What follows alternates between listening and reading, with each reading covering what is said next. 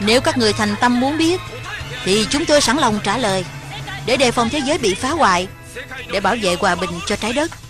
Chúng tôi đại diện cho những nhân vật phản diện, đầy khả ái và ngây ngất lòng người.